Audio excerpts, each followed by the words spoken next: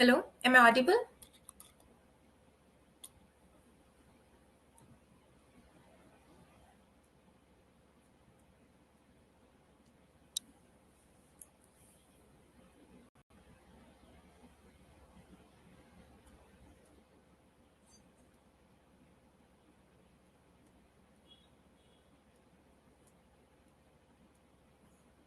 Okay.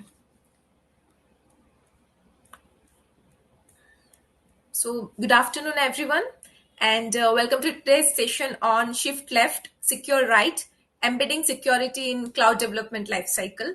So, I'm delighted to have you all here as we explore the crucial intersection of cloud development and security. First of all, let me introduce myself. I'm Umshti Bhutani, DevSecOps engineer at Intuitive Cloud. I hold 5 AWS certifications and various GCP and Azure certifications as well. And I'm also a dedicated community builder with a passion for empowering others.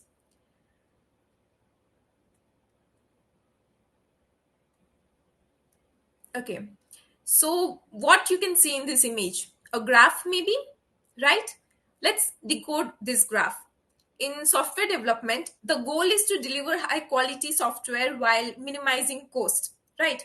So, traditionally, testing has been performed at the later stages of development life cycle, such as after the development and build phases. However, this approach can be expensive as fixing bugs at later stages is more time consuming and labor intensive, right?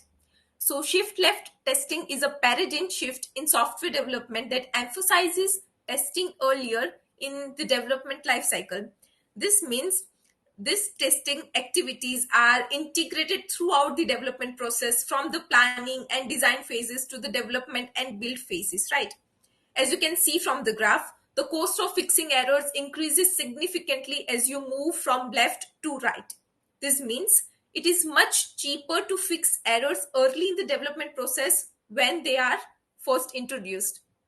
So let me just change my slide. All right, I know the graph was a little bit high level. So let's understand what is shift left security in a very simple way. First, what is the meaning of shift left? Shift left is a principle that focuses on executing a practice, implementing a process, or you can say using a tool as early as possible in the development chain. It is called shift left because the software development lifecycle is commonly represented as a straight line with multiple phases, right? Here in the image, you can see that there are 6 phases of software development lifecycle, which are analysis, design, development, testing, deployment, and last comes maintenance. So traditionally, um, yeah.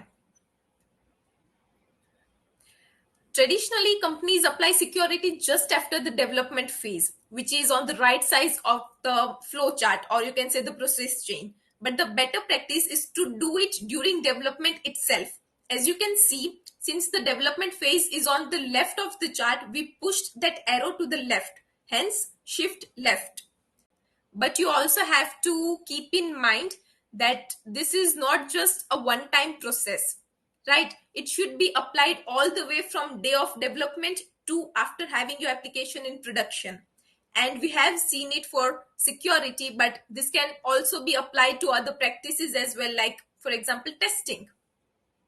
So now I think we have talked about what is shift left security, and I hope it is clear to all of you. But now let's see, why is it okay? Okay. So now let's see, why is it important, to have security or shift left in security. And I hope it is clear to all of you. Now let's move ahead to the benefits of it, right? So shifting left in the context of software development and testing can offer a variety of benefits, which are primarily aimed at enhancing efficiency or quality or collaboration. So first one which I see, which is benefit, is early defect detection, right? Identifying defects early in the development process allows for quicker and most cost effective resolution. which is crucial for maintaining project timelines and also budgets, right? Second one is cost efficiency. Resolving issues in the early stage of development is usually cheaper compared to fixing bugs found later in the cycle, or you can say post deployment. Another benefit is improved quality. Continuous testing from the onset of a project can significantly, improve the quality of final product by ensuring that issues are addressed as they are arise. Fourth one I would say is faster time to market. In this competitive world, by reducing the number of defects and rework in the later stages of deployment, projects can be completed faster, right? Leading to a quicker time to market. Fifth one is enhanced collaboration. So, Shift Left encourages collaboration among developers, testers, and operations from the beginning, which fosters a culture of shared responsibility and better communication. Right? The sixth benefit is customer satisfaction. This is all what we are working for, right? Delivering a very high quality product in a timely manner can significantly enhance customer satisfaction, which in turn can lead to better market reception and competitive advantages as well. But apart from this, there are also various other benefits, such as, okay, yeah, such as continuous improvement. So the feedback loops and early testing ingrained in the shift left foster a culture of continuous improvement, enabling teams to learn and adapt quickly. Next one is risk mitigation. By identifying and addressing issues early, the risk associated with project failures or non-compliance or maybe few security breaches can be significantly mitigated. Another one would be support for Agile and DevOps, I would say. Shift Left aligns well with Agile and DevOps methodologies, promoting a culture of continuous delivery and integration, which is very important, or I would say pivotal for modern software development practices, right? Another one I think we have already discussed, which is competitive advantage. In markets where delivery speed and product quality are key differentiators, the shift left approach can provide a significant competitive advantage. And the last one would be predictability and planning. Early identification of issues and continuous feedback allows for better predictability in project.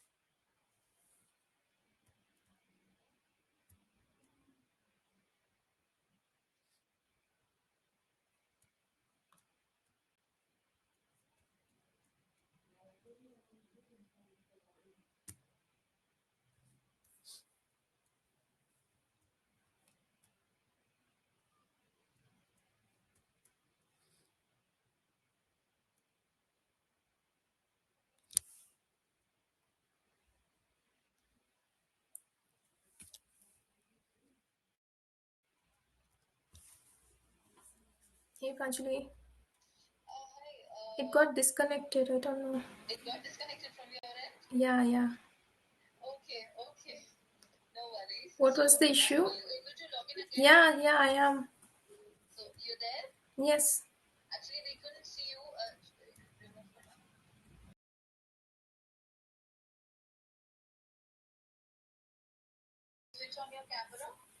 Mm, I think you might be able to see me.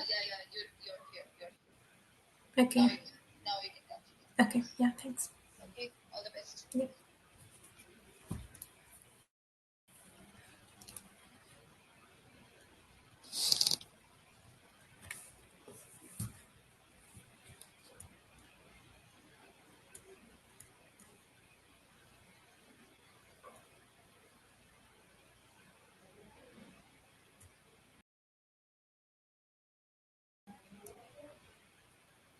Hello, am I audible?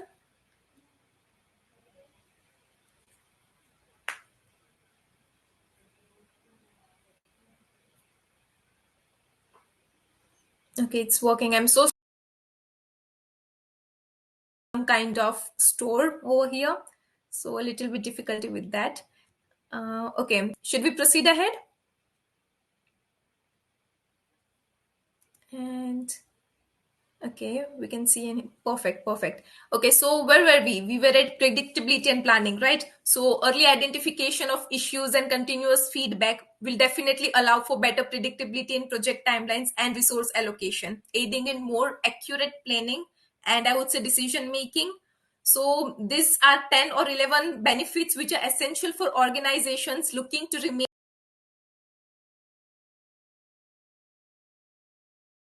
right. Okay.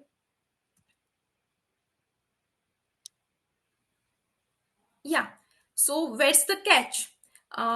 If these benefits are very essential for a company, then why have companies been slow to adopt shift left in security?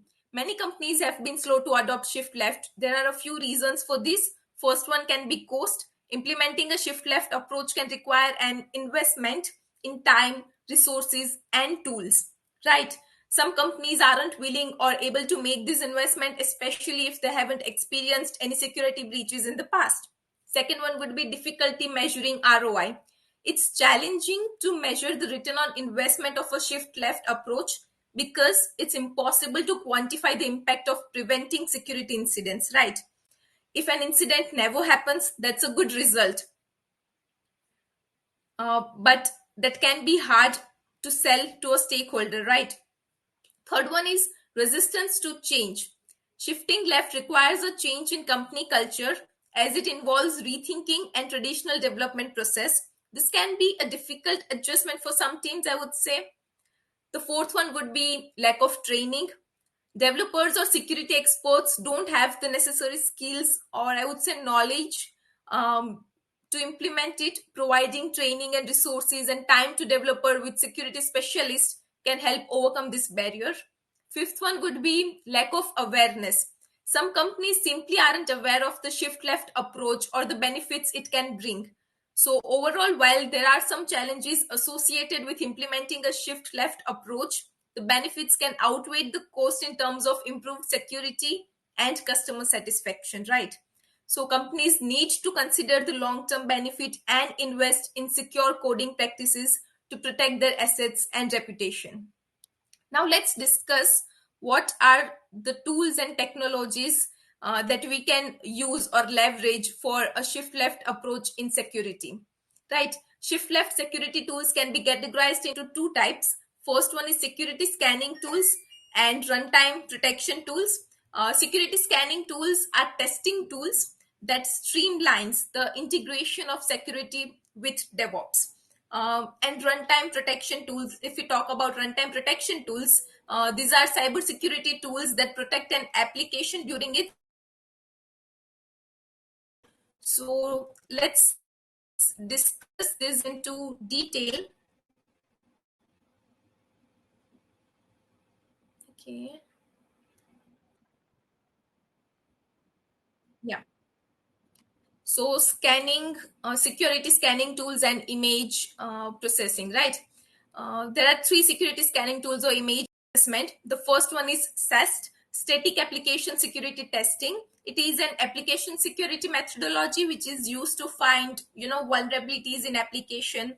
It is also known as white box method of testing, which means it tests the inner workings of an application rather than its functionality. SEST represent the way a developer look at a code rather than a hacker. So a SEST tool analyzes your source code basically without executing the application. So it can find the errors or vulnerabilities early in the software development lifecycle that makes fixes less expensive to implement. While SEST supports all types of software, it cannot discover runtime and environment related issues because it can scan, static code only. So the another one is software composition analysis, which is SCA. So SCA identifies open source code within a code base. Open source licenses have SCA identifies, limitations that are difficult to track manually. SCA also automates the process of inspecting package managers, or you can say your build artifacts or manifest or source code, binary files, container images, etc., etc., right? It compiles its findings into a BOM, which is called as Bill of Materials, which in turn is compared to numerous databases to expose vulnerabilities or licensing issues or code quality issues, etc.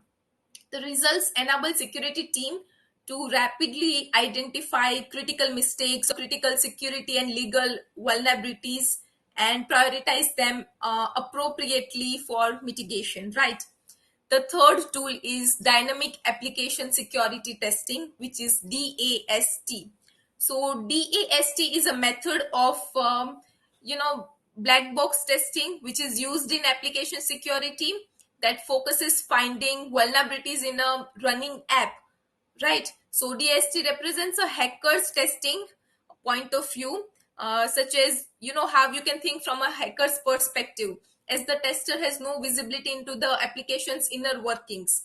This form of testing finds vulnerabilities at the end of software development lifecycle, because DST dynamically analyzes a running application. It only supports web applications and services again. So this is one of the limitation of DST. Now, if we go through another type of tools, which are runtime protection tools, so here in this also we will discuss three methods. First one is runtime application self protection, which is called RASP. It detects attacks on an application in real time by analyzing the application's behavior in context. It intercepts all calls from the app to a system and validates data requests from inside the application, effectively using the app itself, to monitor its own behavior. ROSP can be used on both web as well as non-web applications, because its protective features operate on the app server and launch when the application is launched. So RASP is one of the runtime protection tools. Another one is web application firewalls. Many of you would be familiar with what is WAF, or I would say WAF. So main task of WAF is to filter, monitor, or block malicious traffic trying to enter an application. It will block unauthorized data from leaving the application as well. So their behavior is determined by sets of policies that will help them distinguish malicious traffic from safe traffic. So their effectiveness is only as strong as the organization security policies, because an enterprise may have thousands of WAFs and millions of policies. Automation is key to ensuring all WAFs are up to date, right? So this is about web application firewalls. Third one is workload protection. So modern applications are distributed across the cloud infrastructure in containers or Kubernetes or serverless architectures, right? These environments are always evolving. The addition of new services increases the attack surface and visibility across such a complex, shifting ecosystem, right? So workload protection places security controls at the level of individual application and the application lifecycle. So you have to enforce some compliance, some governance, you have to implement some security configuration and best practices across containers, Kubernetes, or serverless workloads, right? A cloud workload protection solution should contain lateral movement or expose behavioral anomalies, compliance track, and it should reduce the attack surface. So it's about workload protection. Next one is, we have discussed what is shift left. We have discussed why we should go to shift left, why organization or companies should shift towards shift left approach in security. We have also discussed what are some tools and technologies that we can leverage for shift left.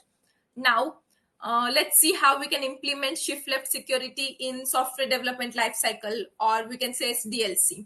So adopting shift left security in cloud involves integrating security practices and considerations early in SDLC phase and throughout your cloud infrastructure deployment. So you have to work proactively, and there are few steps which will help you to integrate security in your DevOps, such as first one, define security policies and standards. So you have to establish security policies, standards, guidelines for your cloud environment. This should align with industry best practices and regulatory requirements, right? Another one is you have to integrate security in DevOps. So you have to embed security in your DevOps pipeline by automating security testing and compliance checks at every stage of development and deployment. You can use ISC, infrastructure as code, to define and provision your cloud resources, which will ensure the security configurations are codified and they are checked before deployment, right? Third one is you can integrate security scans into dynamic pipeline to automatically identify some errors or risk or vulnerabilities and misconfiguration in your code. You can use the tools which we have discussed earlier, such as SAST test or DST test, right? Next is you have to leverage cloud native security tools.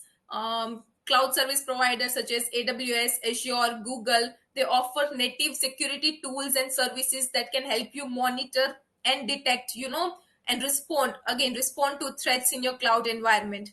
So you can use all these tools such as IAM or network security or threat detection. Next point is to automate security compliance. You can use tools and scripts to enforce security compliance policies for your cloud. For example, you can use AWS config rules or GitLab CI/CD to monitor compliance with security standards, right? You can automate the remediation of non-compliant resources wherever possible. Next one is implement least privilege access. So what does least privilege access means? You have to follow the principle of least privilege for users and application access to cloud resources.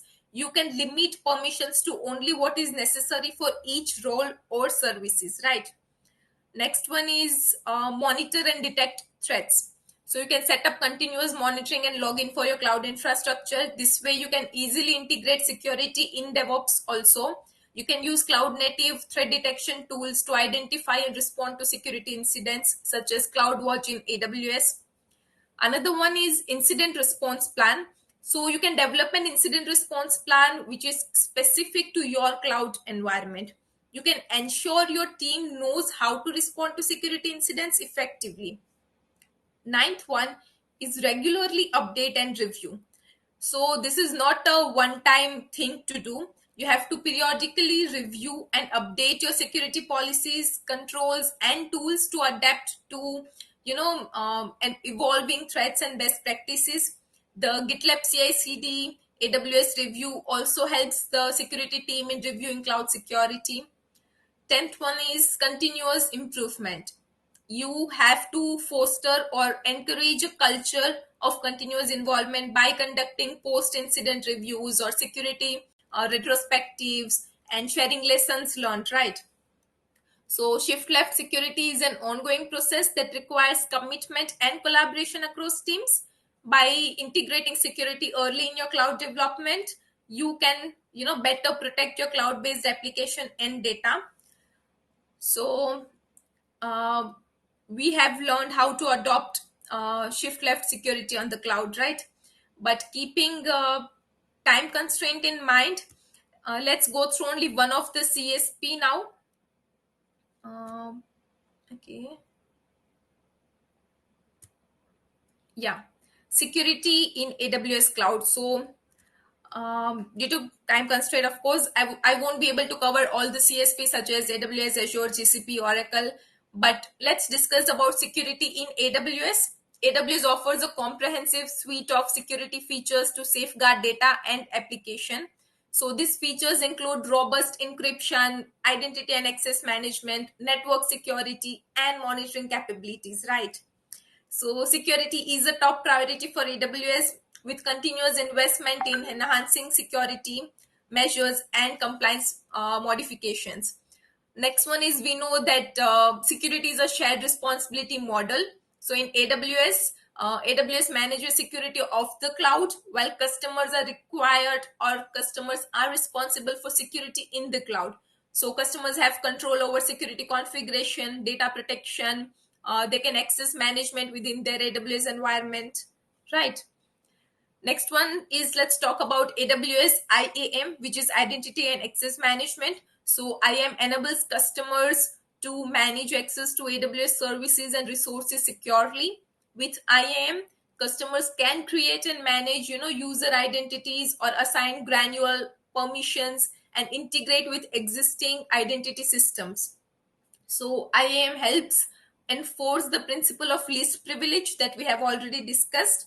It also ensures that users have only the permission that needs to perform their task. Another very interesting service of AWS security is AWS Key Management Service. So it is again a managed service that allows customers to create and control encryption keys for their data, which is stored in AWS, right? So it provides a secure and scalable solution for managing all the encryption keys. Next one is Security Hub. It provides a centralized view of security alerts and compliance status across AWS accounts. So it aggregates findings from various AWS services such as Guard Duty, Inspector, Config, and it provides comprehensive security insights. It also simplifies security operations by automating the detection and remediating security issues. Next one is Config. So AWS Config continuously monitors and records configuration of AWS services.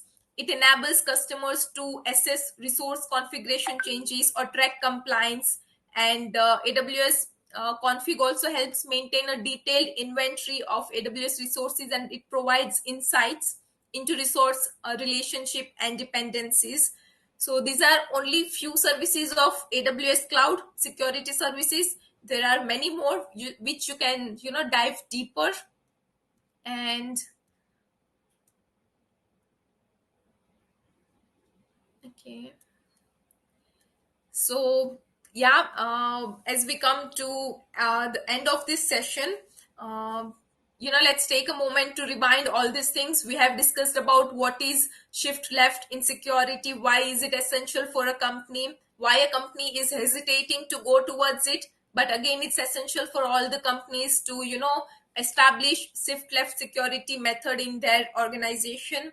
Next one is all the tools and technologies such as runtime tools and static tools, SEST, DEST, WOFs, etc. Then we have discussed how to implement, shift left approach in SDLC or in DevSecOps. Another one is security tools in AWS.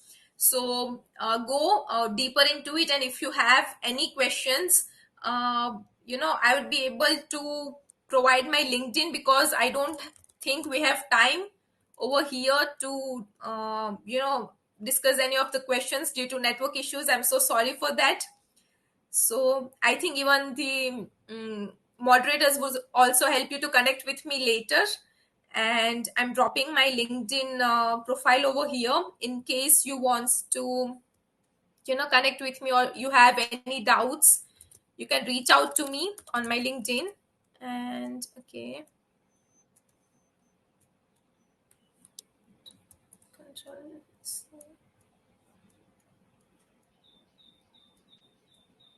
That's what I'm doing.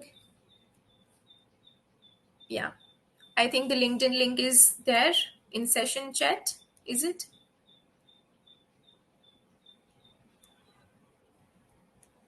Okay. Okay.